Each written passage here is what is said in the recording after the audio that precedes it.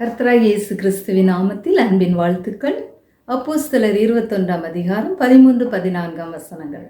அப்பொழுது பவுல், நீங்கள் அழுது என் இருதயத்தை ஏன் உடைந்து போக பண்ணுகிறீர்கள்? எருசலேமிலே நான் கர்த்தராகிய இயேசுவின் நாமத்திற்காக அடிக்கப்படுவதற்கு மாத்திரமல்ல, மரிக்கிறதற்கும் ஆயத்தமாய் இருக்கிறேன் என்றான். அவன் சம்மதியாதபடியினாலே கர்த்தருடைய சித்தமாக கடவுது என்று அமர்ந்திருந்தோம். இந்த அதிகாரத்தில் நம்ம பார்க்கிறோம், பவுலோடு கூட சேர்ந்தவர்களாகிய 7 பேர் செசரியா பட்டணத்துக்கு பிரயாணப்பட்டு வருகிறாங்க. அங்கு அவர்களில் ஒருவனாகிய பிலிப்பு என்ற சுவிசேஷகனுடைய வீட்டில் தங்குகிறாங்க. அப்பொழுது யூதேயாவில் இருந்து அகபு என்ற தீர்க்கதரிசி அங்கு வருகிறார்.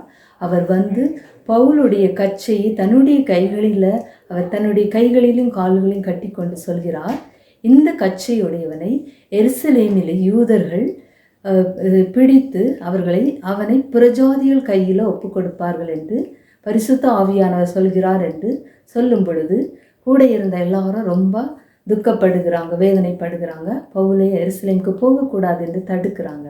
அப்பொழுதுதான் அவர் சொல்கிறார், நான் எருசலேமில் கட்டப்படுவதற்கு மாத்திரமல்ல, தேவனுக்காக மரிக்கிறதற்கும் ஆயத்தமாக இருக்கிறேன் என்று சொல்கிறார்.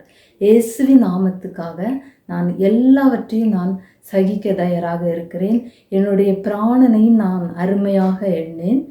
நான் என்னுடைய ஓட்டத்தை சந்தோஷத்தோடையே முடிப்பேன் என்று சொல்கிறார். அப்படியாக பவுல் வைராக்கியத்தோடு தேவனுக்காக ஊழியம் செய்கிறதை நம்ம பார்க்கிறோம். அது மட்டுமல்ல, கூட இருந்தவர்களும் அப்போ தேவனுடைய சித்தத்துக்கு அவர்களை ஒப்பு கொடுக்குறாங்க. தேவனுடைய சித்தம் ஆக கடவுது என்று அவர்களும் அமர்ந்திருக்கிறதை நம்ம பார்க்கிறோம்.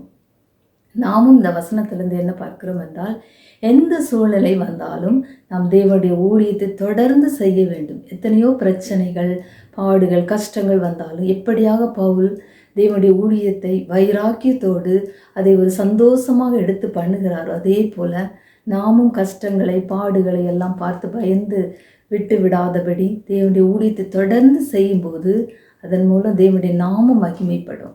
அது மட்டும் இல்லை, தேவனுடைய சித்தத்துக்கு நம்ம ஒப்பு கொடுக்க வேண்டும். கூட இருந்தவர்களும் பவுல் சொல்கிறதை கேட்டு அவருடைய சித்தத்துக்கு ஒப்பு கொடுக்கிறதை நம்ம பார்க்கிறோம்.